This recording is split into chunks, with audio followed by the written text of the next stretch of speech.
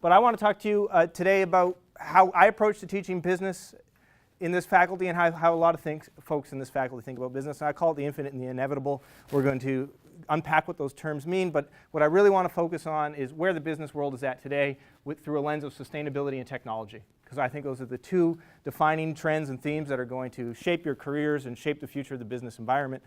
So let's start with polar bears in Russia. Who saw this? Right? We must have seen this. There was a town in northern Russia recently that was invaded by a fleet of like 52 polar bears. They were wandering in and out of people's homes. They were eating in a garbage pit on the outskirts of town. Right? It was absolute chaos. People didn't know what to do. This is a town of 3,000 people. Right? And it was basically declared an emergency. The world is changing. This is unusual behavior. This is very unusual behavior, and you could say, well, maybe it was just a bad year for the polar bears. There wasn't enough food available, whatever. Right? But something's going on. I think the more interesting study, I was reading this just a few days ago about the potential mortgages and loss of insurance in Florida. Right? So Florida is basically one of the most vulnerable jurisdictions in the world to sea level rise. All of the ground there is the bedrock is limestone. It's porous ground. As seas even rise just a few inches, that porous ground gets full of saline water, destabilizes buildings, et cetera, et cetera. So Zillow, which is a large real estate company in the United States, is projecting that there's about $500 billion worth of real estate that is likely to become eliminated as a valuable asset within the next 80 years. So already one of the most common questions you have when you are now a real estate buyer in Florida is what's the elevation of the property? You are seeing neighborhoods in Miami, like Little Haiti is a neighborhood in Miami, where you're seeing what is an area that's about 10, 12 feet above sea level being bought up by developers. You're seeing a previously poor neighborhood very rapidly transitioning into a gentrifying neighborhood because of its relative elevation. So these changes that are happening are really interesting, and the question that we have to grapple with today is what's the business community to do about it? What is our role in all of this? What responsibility do we have? Do we have responsibility just to maximize quarterly profits? Do we have a responsibility to solve some of these problems? Are we passive bystanders? Are these problems opportunities? And how can I use technology in the lens of sustainability to solve some of these opportunities? So we are in this time, I use this in almost every class that I teach, and I think we are sensing it right now that we are at a time of exponential change. 2016 feels like a long time ago, doesn't it? A very long time ago. Our politics are changing rapidly. Our society is changing rapidly. Technology is by far the most rapidly changing, driven by this notion of Moore's Law. Founded by the founder of Intel stated this law saying that the density of circuits on a transistor board would double every 18 to 24 months and halve in price over that same period of time. He has been proven correct for 40 years running. It's become this sort of preordained prophecy. It's become this prophecy. Right? If we believe everything is going to be completely different in 24 months from now, we allocate sufficient capital towards research in that particular idea. That allocation of capital ends up making that idea come true. Right? Our iPhones are 11 years old. So it is really hard to telegraph 10 years from now. It is really hard to understand what will the dynamics of the business world be in 2030.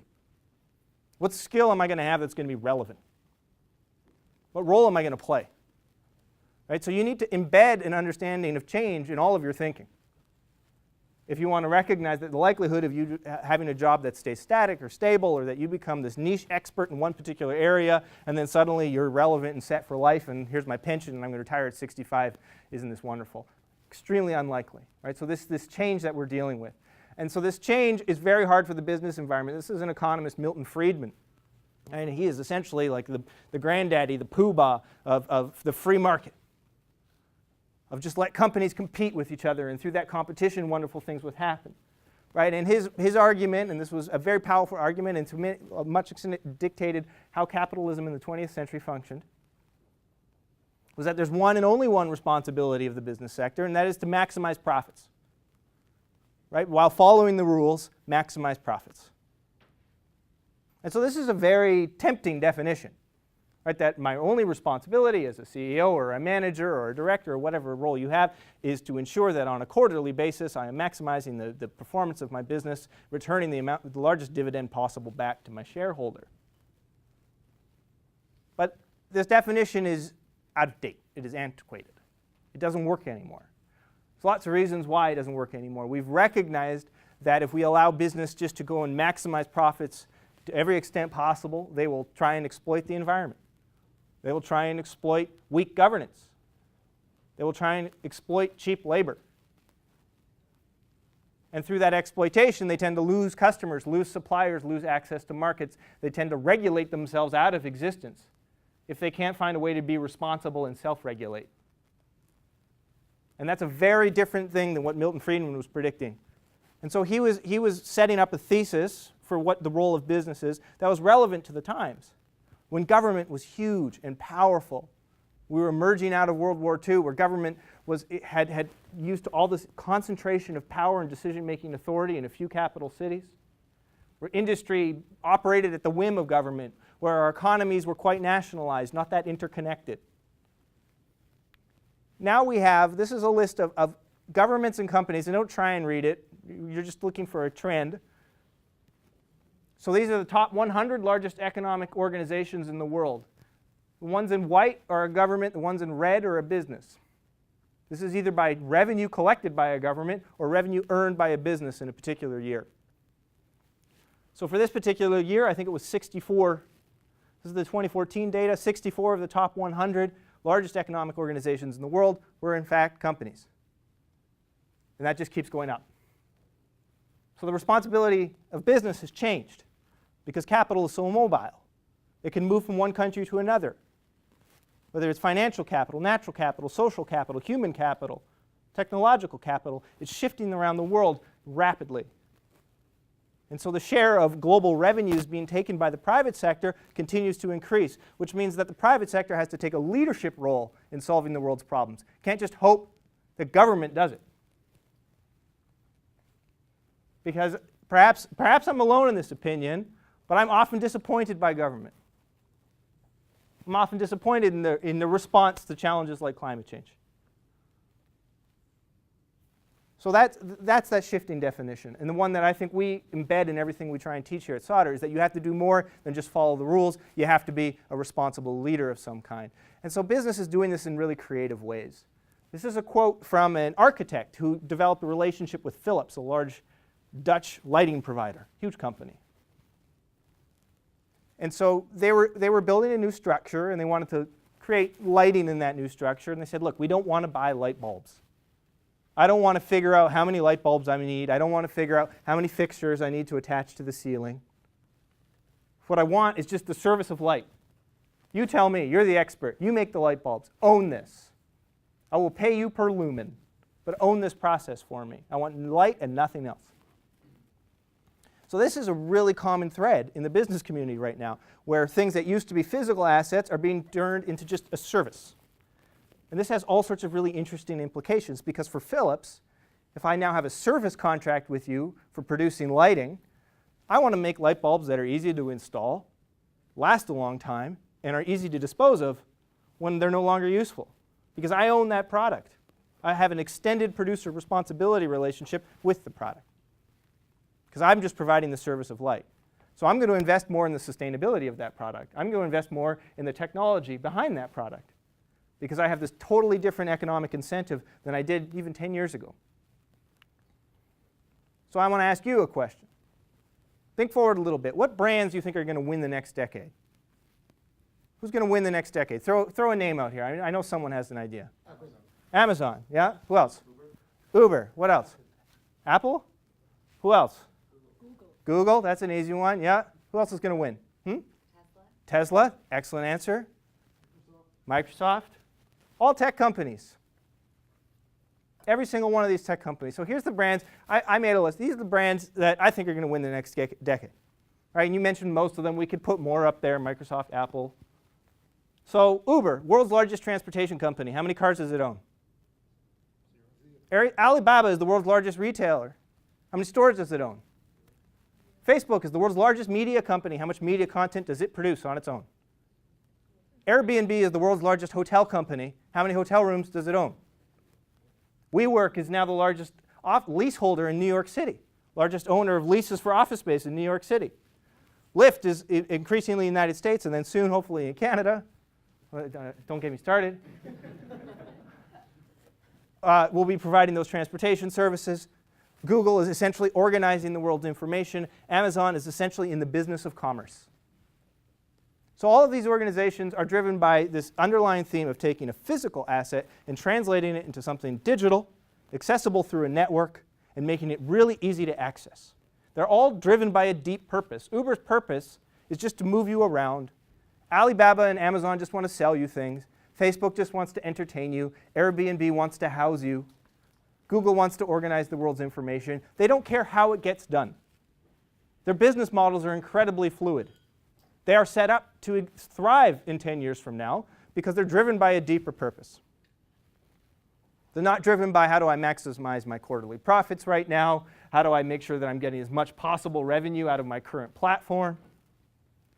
They recognize that in order to keep up in a world where change is embedded into everything we do, we have to have business models that embrace that. And so that's the process we're in right now. So the notion of the infinite. So this is Simon Sinek. He's a leadership consultant, very smart guy, fantastic YouTube dive when you're feeling bored one evening.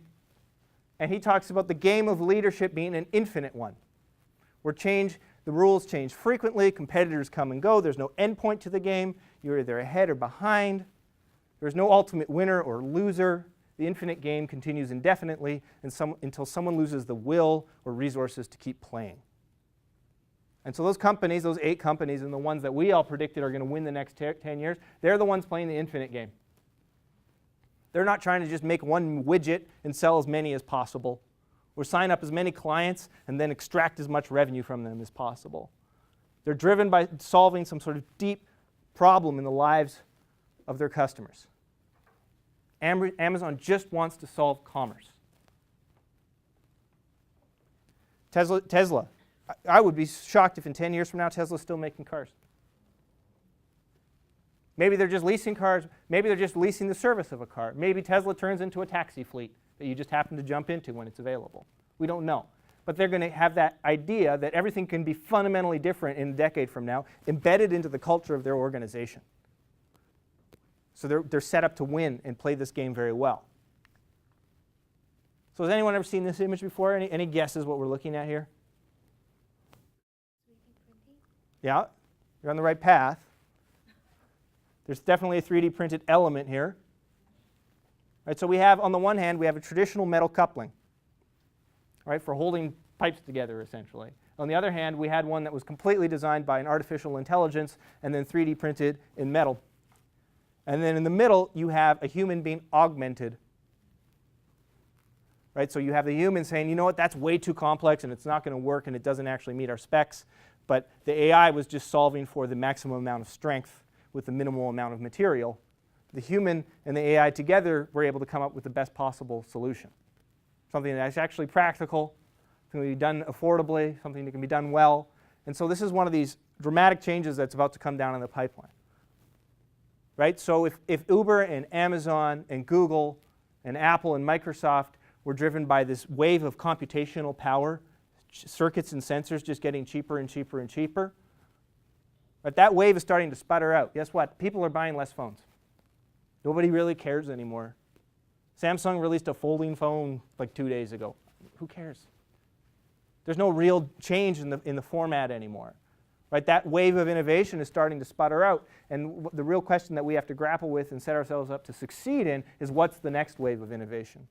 What's that going to look like? What are its defining features going to be? Right? So one, we've gone through this wave of dematerialization. And to me, this is actually quite amazing because it's technology improving our lives. It's also technology reducing the material footprint of our lives. Think of all the devices that you used to need in order to perform the function an iPhone performs right now. Your notebook and your camera and your voice recorder and your gaming device and your videotape monitor and your CD player and whatever else. Literally dozens of things have now become disembodied and embedded in this new dematerialized device. And so technology is incredible because it indirectly manages to solve all these environmental problems. The resource requirements of satisfying your media needs have gone down dramatically. The resource requirements of satisfying your need to be educated, the requirements of satisfying your need to be informed, those have all changed. right? They've all become unified in this one platform, and it's a really powerful thing. And that was the third wave. And so I want to talk about this notion of the fourth industrial revolution. Right, so the first industrial revolution, pretty simple: mechanization, steam, water power.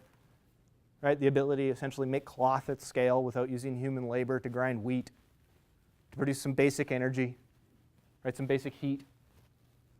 The second wave came about where you then had Henry Ford come along and invent this notion of an assembly line, where people would specialize and stay in one station, and through that assembly line we were able to drive down the cost of goods and increase prosperity and well-being for a lot of people. The third industrial revolution was this one of the computer and automation.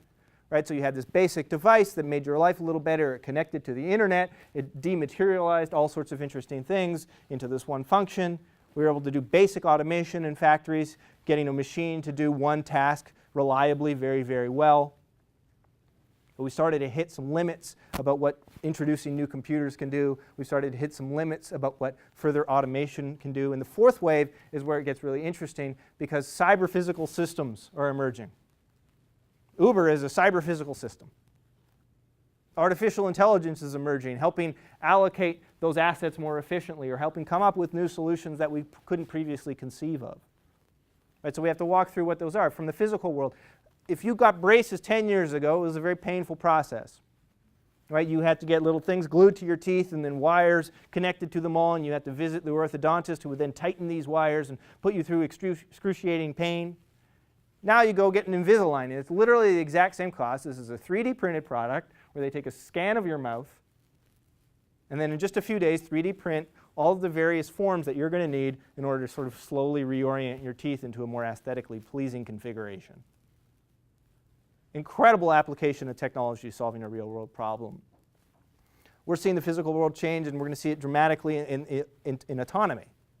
Like, already, autonomous systems are doing a fantastic job of just accident prevention. Right, there's some really amazing viral videos going out there right now of a Tesla Model 3 stopping itself in the middle of an intersection because it sees a car about to T-bone it. And so what we're going to see in the next 10 years is we're going to say, how on earth were we ever so irresponsible as to let humans drive cars? Like, what an insane notion to put a primate behind a wheel and ask them to make good decisions. Right, we're going to look back and say that was nuts. It's the number one source of death for anyone under 30 is a car accident. And so autonomy is going to hit us really fast. I think another area where our physical world is going to change is going to be in the production of meat. Right, so A&W is number one selling burger right now, the Beyond Burger. Right, made with Beyond Meat, one of many entrants in sort of the meat space about trying to figure out how do we replicate meat substances in a lab, essentially. Now, they're not doing it with a 3D printer or any of those kind of novel technologies. They're taking plant-based proteins and reconfiguring them in ways that makes it really taste like meat. But people are working on the next generation, trying to figure out how we can do this. There's a company called Impossible Meats that is growing by many, many percentages a year. And their goal, their literal stated goal as a company is to eliminate animals as a food production technology. Right? They're saying this is an animal is a terrible conduit for turning energy into calories. And we can do it faster. We can do it more efficiently. We can do it with less of an impact, less water used, less energy used, less land used. Right? So the physical world is going to change dramatically. We're seeing the digital world change dramatically. I mean, I don't want to go on a tangent about Bitcoin, but it's not necessarily a smart investment. Us in Vancouver probably recently feeling a particular intense version of shame because of an exchange here where someone has pilfered a lot of money. But the blockchain, the ability to decentralize information and then have frictionless, completely verified, trustworthy transactions with almost no user input, no centralization of that control, that's an incredible thing. The emergence of sensors on absolutely everything, so that we're collecting and gathering and synthesizing data in real time for almost everything in the world. We're measuring weather, we're measuring the movement in my automobile, we're measuring how hungry I am through my smartwatch, whatever it might be. Right? We're digitizing all of these physical inputs, and we're using all of that data to feed our artificial intelligences. Right? So there's this fantastic Netflix documentary called AlphaGo, right? All about Google and DeepMind, their AI trying to beat a man who is the world Go champion.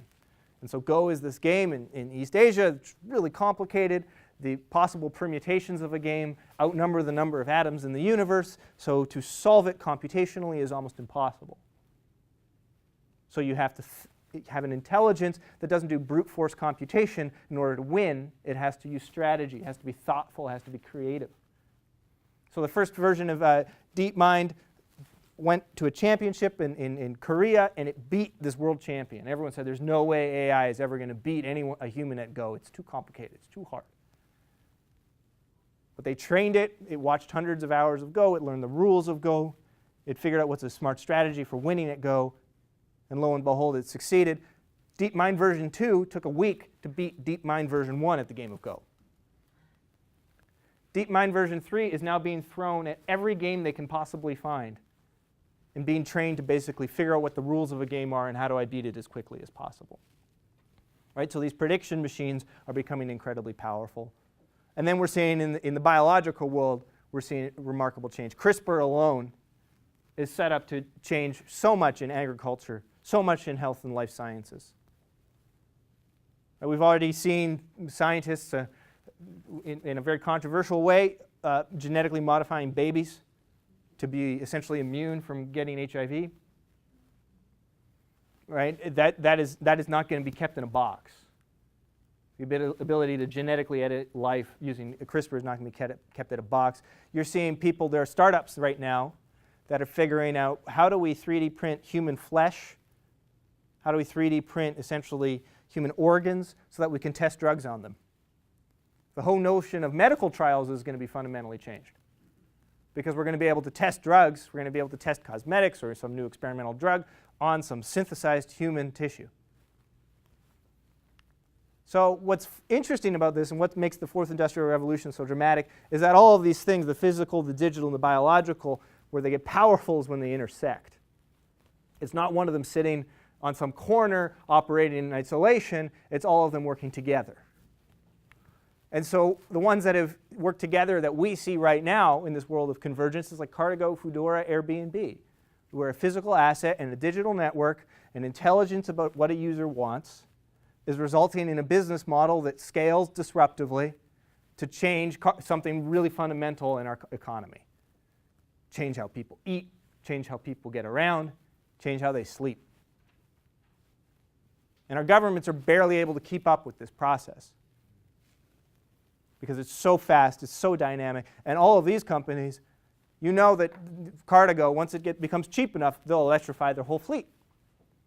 Once it becomes cheap enough, your Cardigo will be autonomous. Your Cardigo ride to work will be sponsored by Starbucks. There'll be an advertisement in the back, and it'll make you a coffee as you're driving on your way to work, not even having to pay attention to the road. Right? So these convergence is what's going to dictate sort of the next 10 years of development in this space. Right? So we know that prediction machines are here. They're making all sorts of really amazing predictions about our lives. These are artificial intelligences. We know that through blockchain and other technology, transactions of any kind are essentially going to be frictionless. They'll happen instantly, right? And they'll be extremely trustworthy. We know that through deployment of massive networks of sensors, virtually everything is going to be measured or recorded and analyzed and feed those other trends. All of these trends, what's so terrifying about them, or perhaps what's so exciting about them, is how they all feed each other. I can't have a great eye without a great Internet of Things. There's no point in building a great Internet of Things until I have a great AI. But once those two trends start taking off, once I start digitizing physical assets, and 3D printing is amazing because it's essentially turned complexity into something cheap. The beautiful, it used to be very expensive to make a prototype. Right? Your first injection molded plastic metal machined mold cost you tens of thousands, if not hundreds of thousands of dollars worth of prototyping and development to get there. And now I can just CAD a file on my own through free software, hit print, and have a prototype the next day. So complexity is becoming cheap, i.e. the braces, Invisalign. So that's the convergence we're seeing. So here's the new CEO of Uber. Came in about a year ago after all their controversy and whatnot, saying, look, us as a company, just like Amazon just sells third-party goods, We want to offer third-party transportation services. We're in the business of transportation.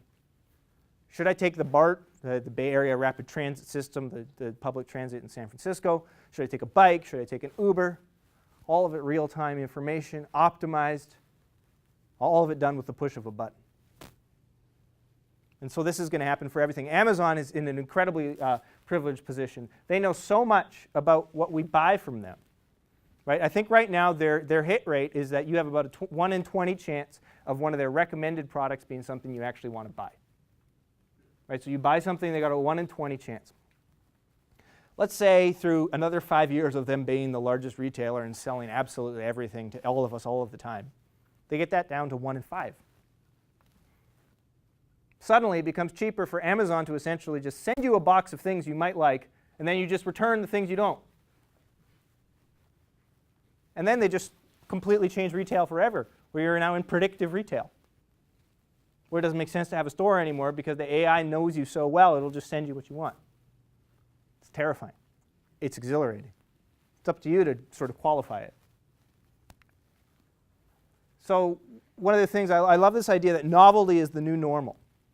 Right? It's so hard to understand the big picture anymore because there's so many trends where the bleeding edge technology, the bleeding edge business model, the latest update is so different, so dramatically different from what we're used to, that connecting all of these dots together is almost impossible. And so it's really hard to understand the big picture. And so we have to figure out, we have to have a tool for separating trendy from trends. Right? It's very easy to say the cell phone is primarily a toy used for taking selfies.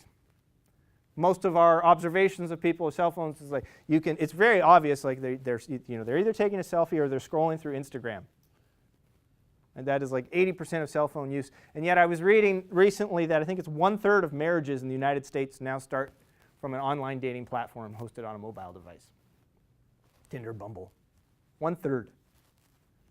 Right? Our entire political process has been changed by our interconnection through these devices. How we buy things has been changed. So there are trendy things and then there are deep trends. And you have to figure out, how do I separate the two? Right? So this is where we come to the notion of the inevitable. Right? Uber was not inevitable. This company with this set of values and this particular business model was not inevitable. But what was inevitable was that networks that connect and optimize physical assets were going to emerge. There was no version of that doesn't happen. Facebook and its leadership and its role and its relationship with privacy and ethics was not inevitable. But people joining a network to share photos and videos with each other and communicate instantly through text messaging was absolutely inevitable. And likewise, Amazon with its particular niche and how it operates and how it functions was not inevitable, but commerce being digitized and that becoming the platform for us to acquire the things we want was. So when we look at all of these technologies in the fourth industrial revolution, and we try and evaluate which ones are inevitable, we don't know what the business model looks like, but AI is inevitable. Blockchain-based business models, inevitable. 3D printing fundamentally disrupting and changing entire sectors of the economy, inevitable. What form will it take? How will it manifest? What company will own that technology? Who's going to figure out the business model? That's a much harder question. But the interesting thing is that we are really bad at making predictions around nonlinear trends. And so that's what makes, right now, in educating yourself and figuring out where do I make an investment, how do I spend my time, what should I bet on, it makes it really, really hard. And so this is each line here is a different projection from the International Energy Agency about how much renewable energy is going to be deployed on a global scale. So the first dotted line on the bottom is 2008. You can see that there was very conservative projections about how much renewable energy would be deployed by 2030. You can see the next year they almost tripled their prediction. The year after that it increased again. The year after that it increased again. By 2015 they thought there was going to be 700 gigawatt hours of energy deployed. By 2030 renewable energy, something from solar, wind, battery storage. So we're really bad at predicting nonlinear trends, which means that when change comes, it happens really dramatically, and incumbents get massively disrupted and they no longer thrive. So who's seen this? What am I defining with this Venn diagram? Surely someone's encountered it in their life. What is this a definition of? Sustainability. Right? So this is the standard definition that you'll get in like your poli-sci 101 or whatever, I don't know. Right? Standard definition of sustainability, I think it is fundamentally flawed because it denies reality. Because the reality is that our profit model, how we make money, the companies that succeed, exist inside society at large, people. Right? We either permit them to exist or not. We regulate them out of existence or we allow them to exist. We'll buy from them or we won't. And these profit and social models, whether we like it or not, sit inside ecological models that operate according to their own rules. And so what's really flawed about that old definition of sustainability is it somehow says that these rules that we make up, the quarterly profits are the most important thing in the world and I need to maximize those, or somehow need to be balanced with you can't put too much CO2 in the atmosphere without triggering a runaway greenhouse gas effect.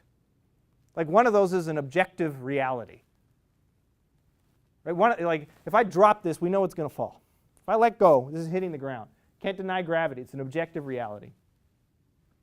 But there's a lot of intersubjective realities, things that because we believe they're important, are important, but there's no underlying truth to them. They're not objective. And so I always push this model of sustainability, which just says recognize that profit is embedded in society and recognize that both of these things are embedded in the planet. And there's nothing we can do about it.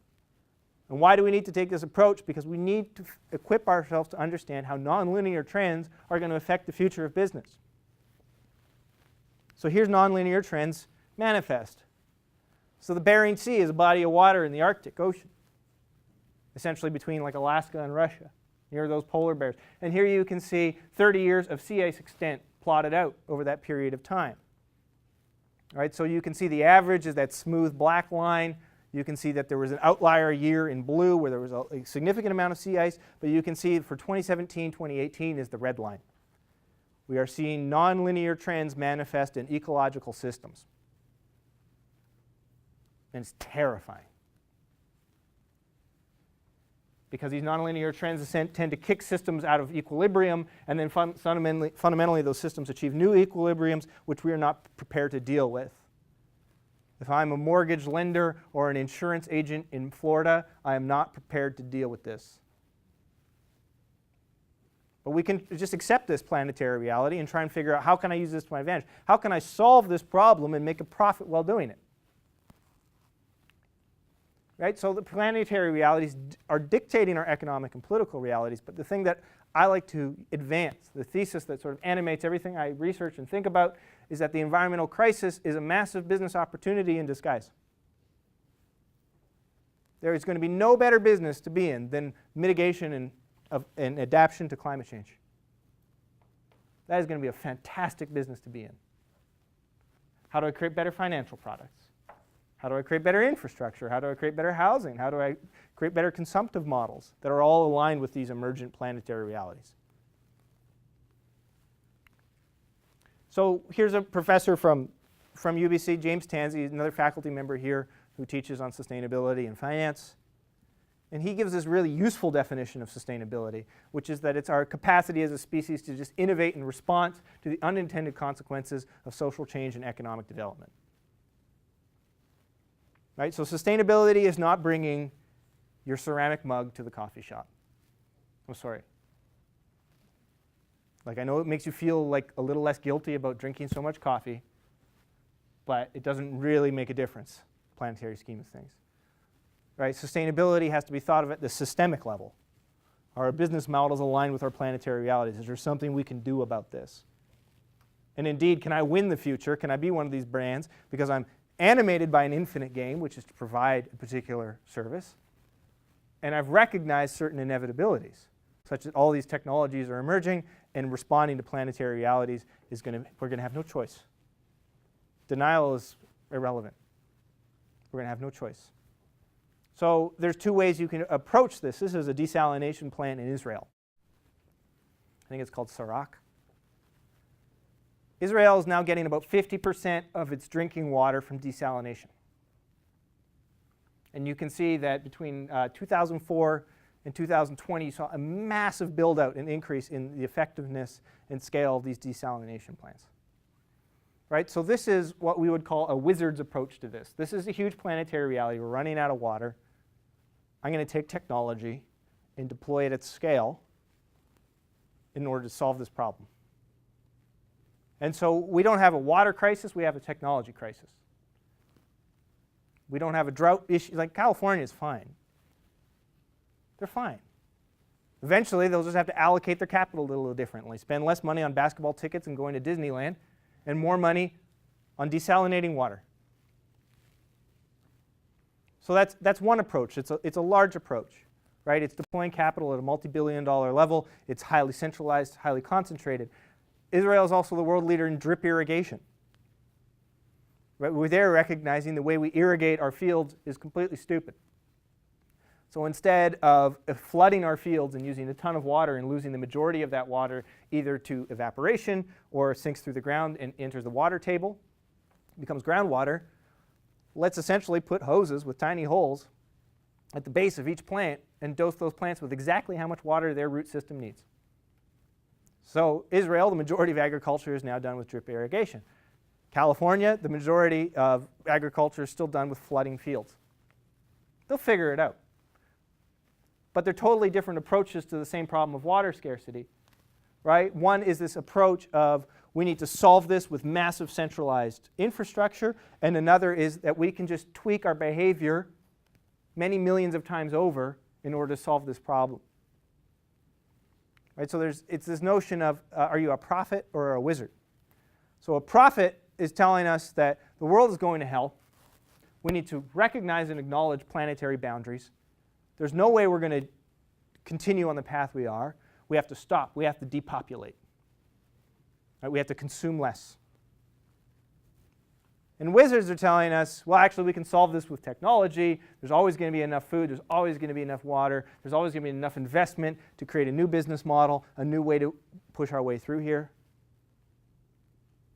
And neither are correct or incorrect. It's just a different approach to this set of problems that we're being confronted with.